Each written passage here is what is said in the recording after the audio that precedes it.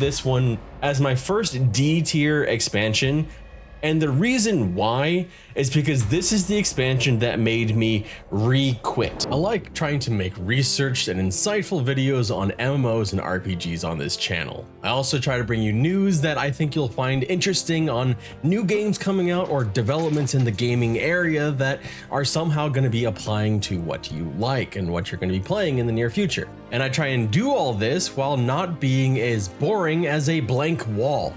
But sometimes I just like to start some shit. And that's exactly what we're going to be doing on this video as we look into what are the best EverQuest expansions out of the 30 or so that there are.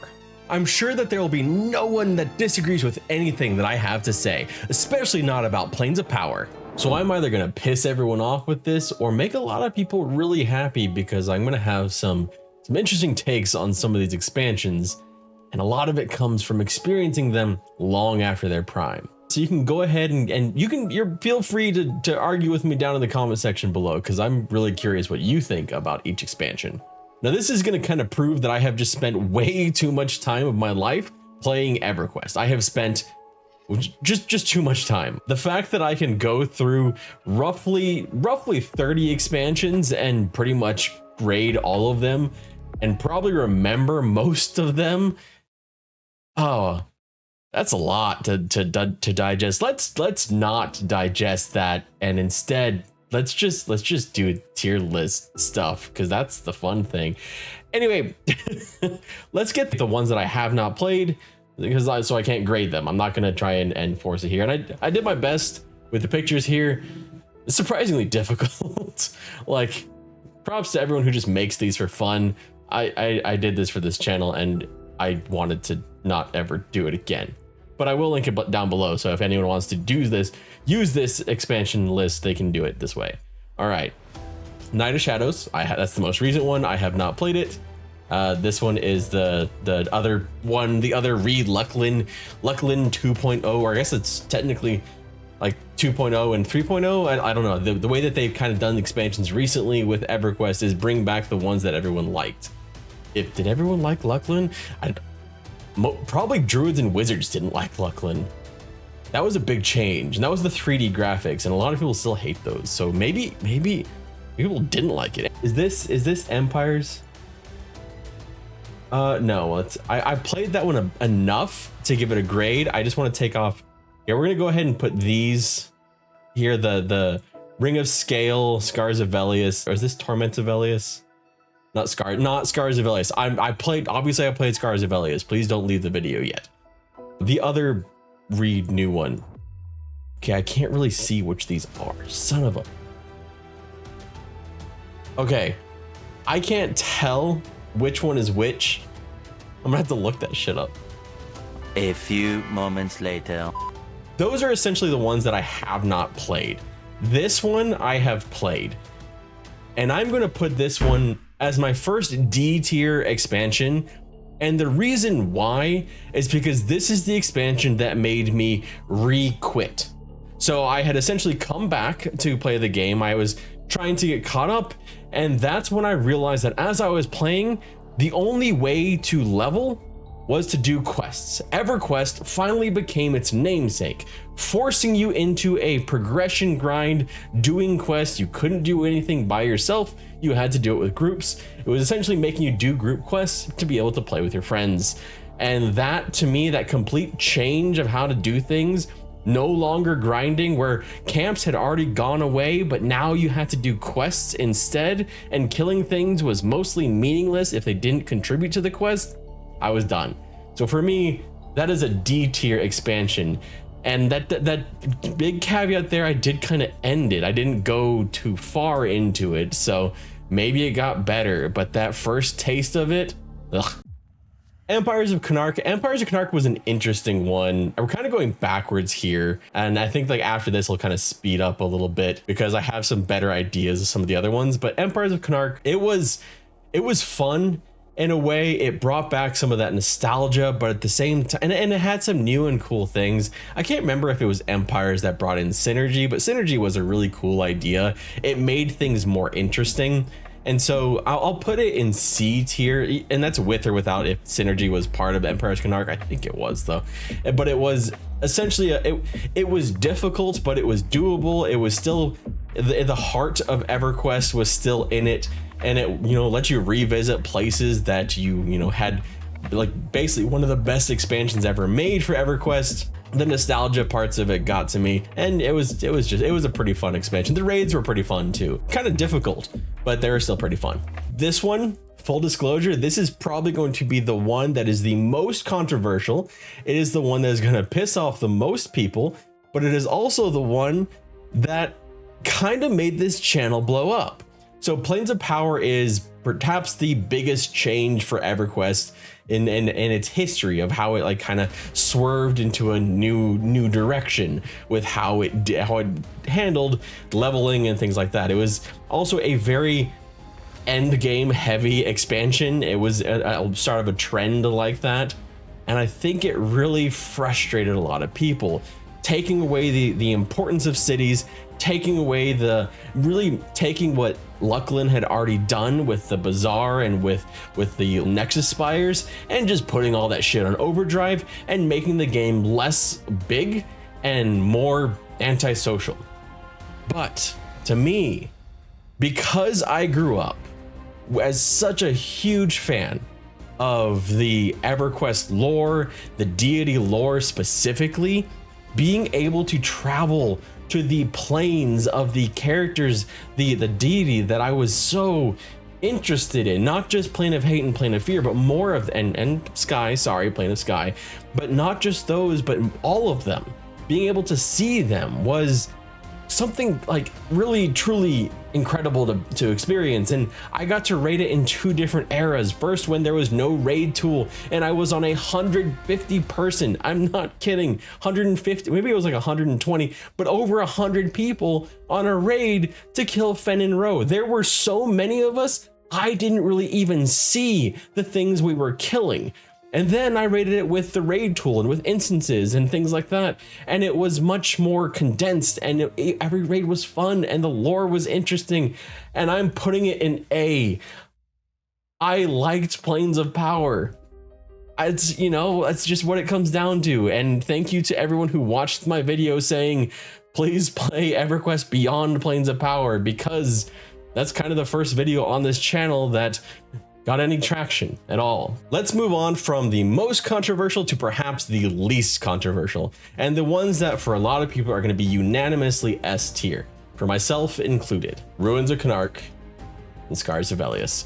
The first 2 expansions, even though they just expanded the world so much, even though Velius in not having a level increase, it was kind of a bummer once you're going through it and you're already max level. But for me, when Velius came out, I was like level 30, dude.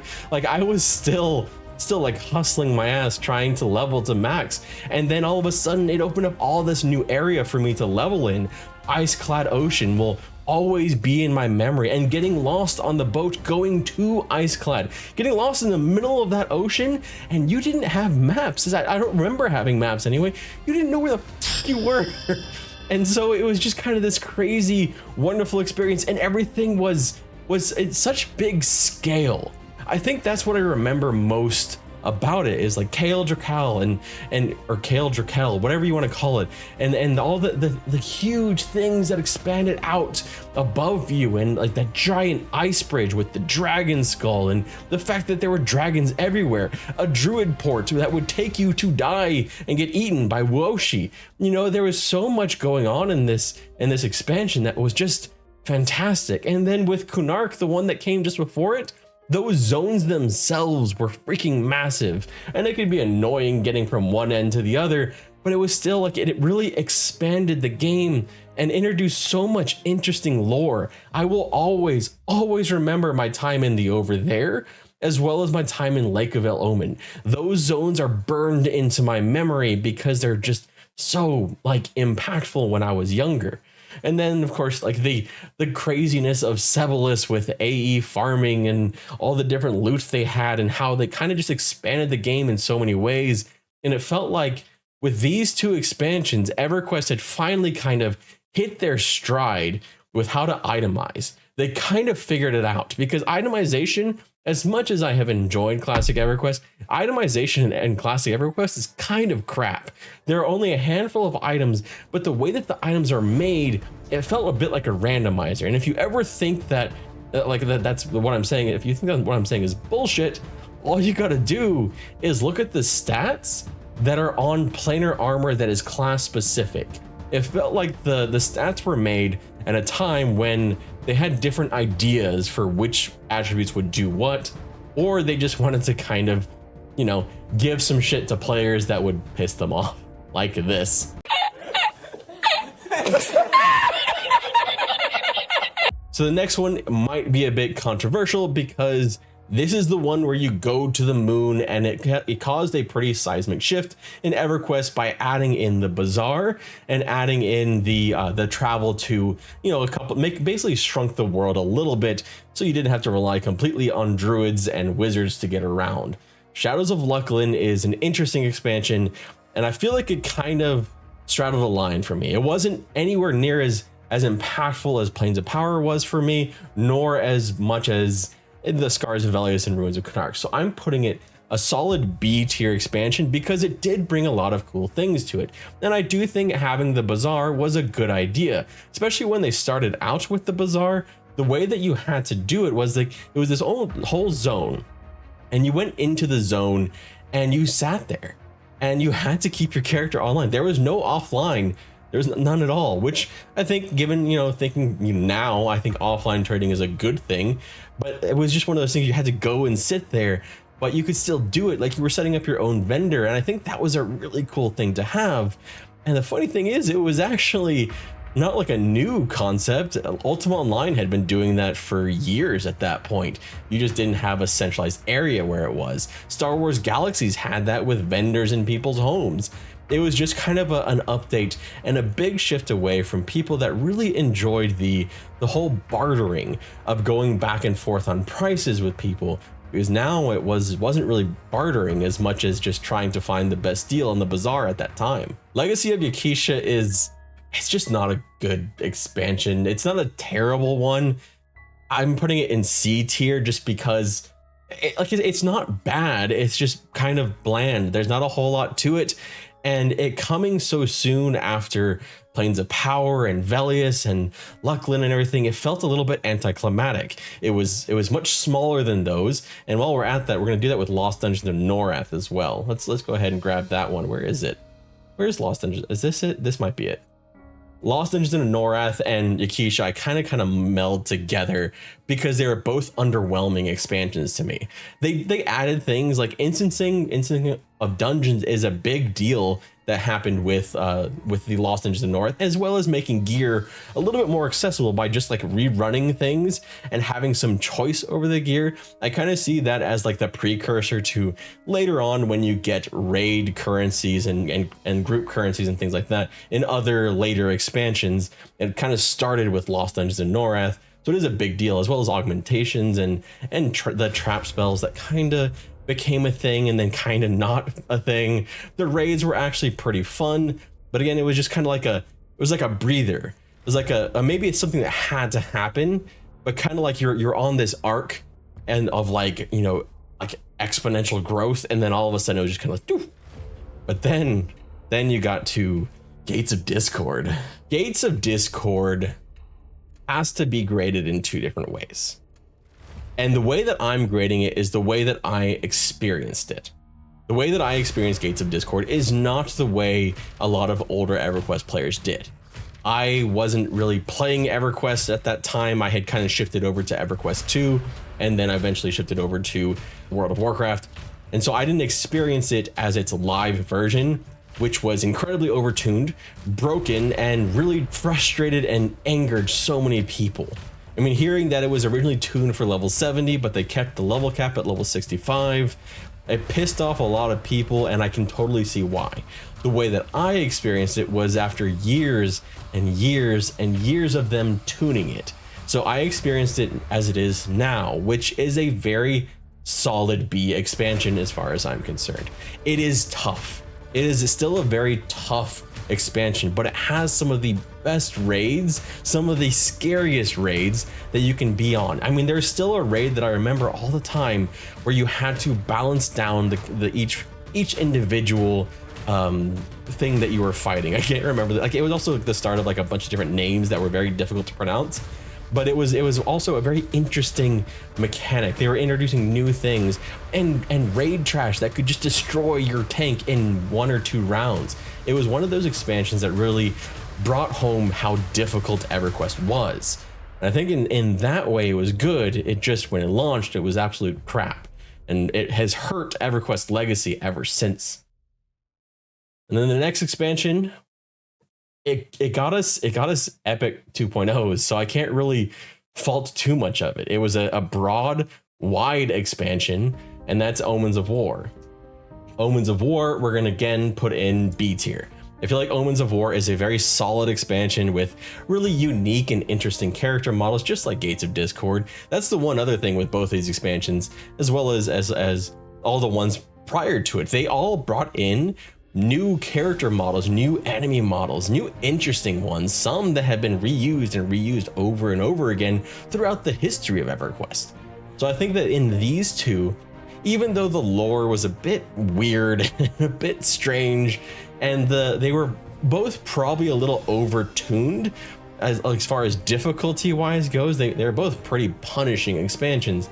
They were fun, and Omens of War having the Epic 2.0 made this grand, huge quest for everyone to focus on, and they did it in a way that was incredibly smart, a way that would make the quest worthwhile long after Omens of War had become obsolete, which is a major problem with Ruins of Canark, where you had these epics that didn't matter. Some of them, as soon as Velius, they didn't matter, or Lucklin, they were gone. Some had much longer lifespans, like the Cleric epic, but for the most part, you just spent a huge portion of your life putting into this epic quest, and now it's shit. But with what they did with the 2.0 epics is gave them effects that were clickable, and effects that were clickable from inventory, making them much more useful and helpful to you for long after. I mean, when I had my Shadow Knight Epic 2.0, I don't think I ever stopped using that click. It was so beneficial, and it was based off percentages. Like, it was just a smart thing that they did. The next one that we're gonna get to is thematically. There's two. We're gonna talk about two of them that are very far apart, but thematically they have some similarities.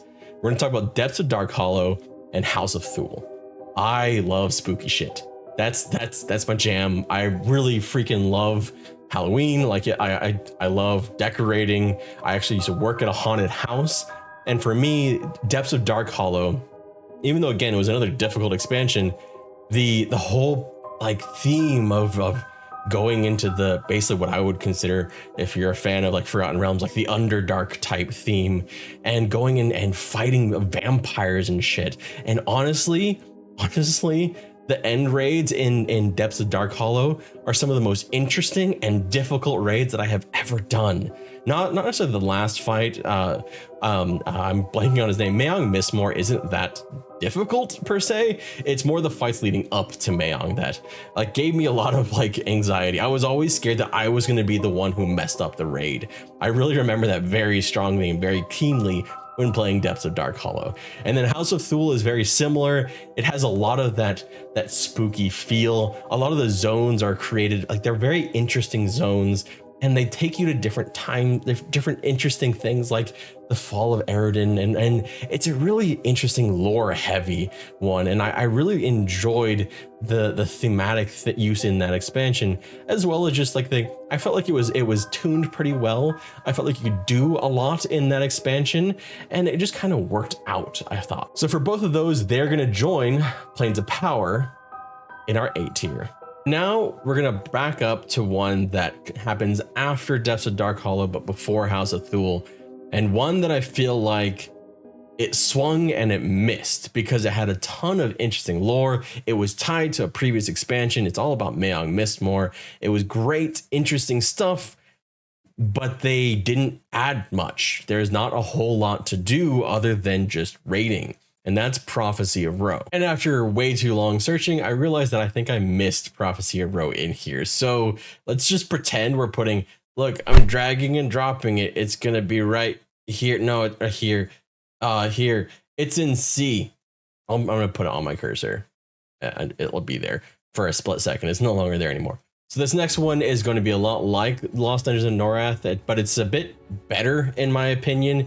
And it was Dragons of Norath. Dragons of Norath introduced the two different competing factions where you still did the same kind of thing, going into instance dungeons, but it had a really cool theme and some interesting lore tied to dragons and things like that. It's still kind of a middling expansion in a lot of ways, but it had a lot of accessibility to different gear and a lot of different ways to play the game. And the end boss fight, Vishy when I was growing up, when I was younger, was really one of the most interesting fights to hear about because it sounded so difficult. And then when I eventually got to play and actually raid Vishy, I realized why people were saying it was so difficult on the ZAM forums and things like that. It's a difficult fight, not an impossible fight, but a difficult fight and just a fun fight to do. So we'll put Dragons of Norath right here in C tier along with Lost Dungeons. It should probably move up to a B tier. It could move up to a B tier. And the good thing here so far is there haven't been many D tier expansions, at least. Underfoot. Underfoot is an interesting expansion. It had, when you first started Underfoot, it had a lot of the same feeling, the same struggle that you had in Gates of Discord. It felt difficult and overtuned, especially the raids. I think it was the first expansion that my guild struggled with in a while, but it was also expansion that even though those raids were difficult, the zones were interesting. It doesn't really stand out in my mind as necessarily good or bad. It's just kind of there. So that one's going to be in a C tier as well, because it's just kind of there. It existed. It wasn't bad. It was a solid expansion. There were fun things in it and there were annoying things in it. It just kind of was there. The Serpent Spine, for me, I'm going to put up at A, and I'm going to explain why. First, there's the fact that it has a lot of interesting stuff in it. It raised the level. It added in the spell rank system, which I think was a fantastic way to give players their spells, but also reward players for going on to do group content or raid content. And then so they had the whole toolkit, which is something you weren't really getting. You had to go and buy spells or get lucky, and it was a good idea, and it's one that they've carried through since this expansion came out. But what I really want to highlight here is this was the last expansion, and there's no sign that there's gonna be another one that went from level 1 to the end level. And for a lot of people that frustrated them because it did the same kind of thing that Plains of Powerhead did, where it gave everyone a new starting city. And I think that was a huge mistake. I think they should have just kept that's where the Draken started and that's where you played as a Draken, and not given it as an option to kind of consolidate the world anymore. But it was still a good thing to have a new 1-2 max level expansion. And it's been, I think, 10-15 years at this point since we had that in Everquest, making it kind of pointless unless you're rolling an alt to be in any of the lower level zones.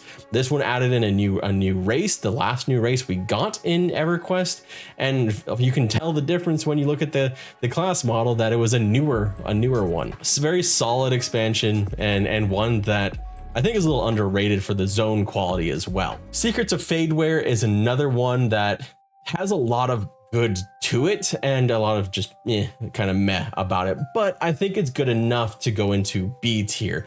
The rating was very interesting. It was a new take on things. There was a lot of different stuff going on in it that made it kind of an interesting thing to engage in. Broken Mirror is an interesting one for me, and I don't know how much of this love for it, where I'm putting it into A tier, is tied to the experience I had playing it, or is the expansion itself actually good.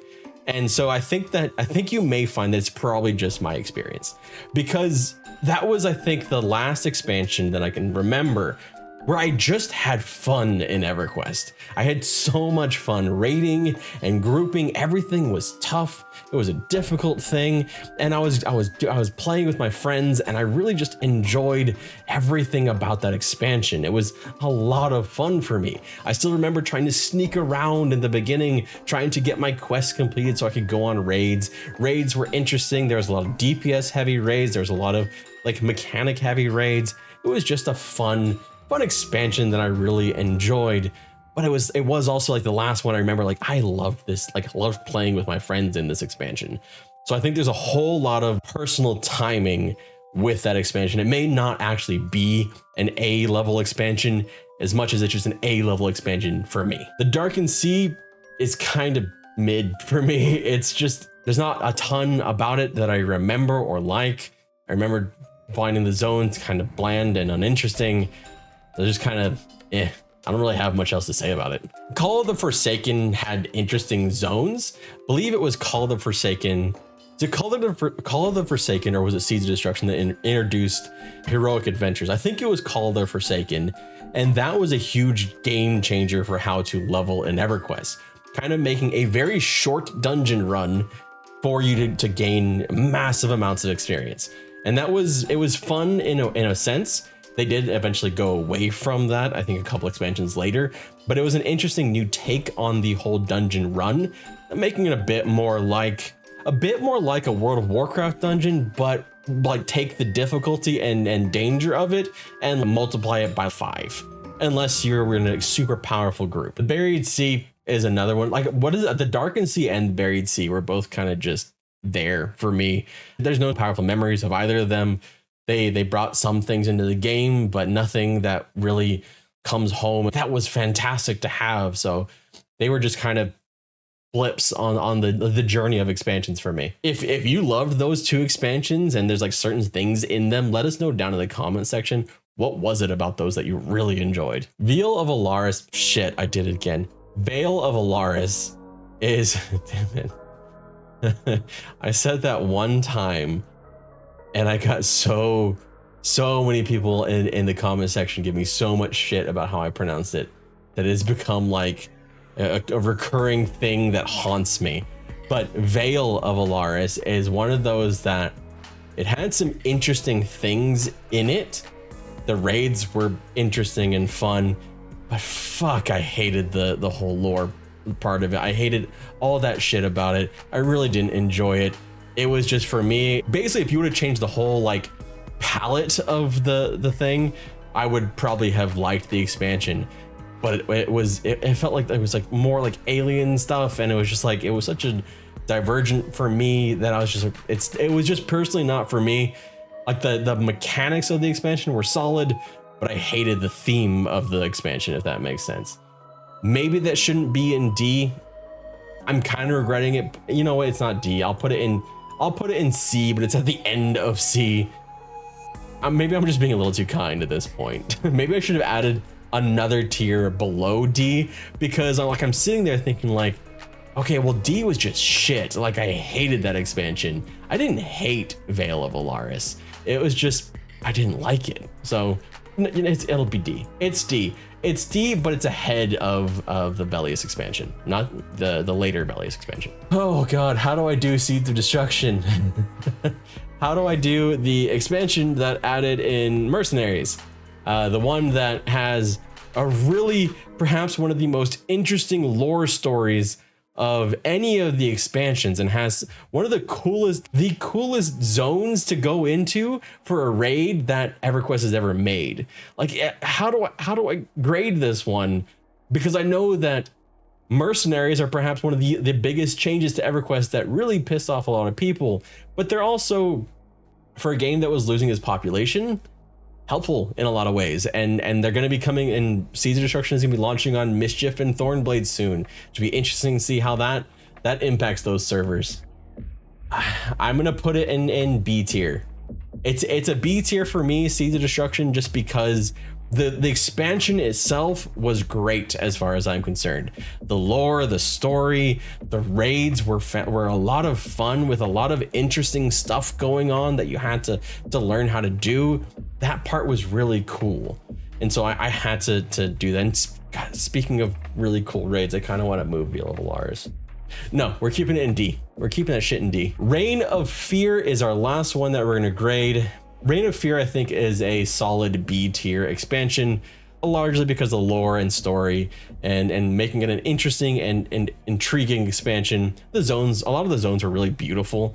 They did have, like, they carried over some of the Veil of Alaris stuff, which is a little annoying, but they also had all these different like things that you were doing and revisiting places, and so it was fun. It was a fun expansion, and how it pulled on some of the nostalgia and how it introduced new and interesting lore, and the zones themselves were pretty. It had a lot going for it, a lot more going for it, at least in my opinion, than Veil of Alaris. That was my tier list for EverQuest, all the expansions that I actually played in. So I'm curious what your tier list is. Where would you put some of these expansions? Some of the ones that maybe were not great for me, were they the ones that you have enjoyed? And how many of these have you actually played? Let us all know down in the comment section below. I hope you enjoyed this video. I like to do something a little bit different every now and then on this channel. I think I'll do this. For World of Warcraft sometime soon. In the meantime, speaking of World of Warcraft and EverQuest, why did we all hate World of Warcraft as EverQuest players? So you can find that in this video right over here. Thank you so much for watching, and I hope you have a wonderful day.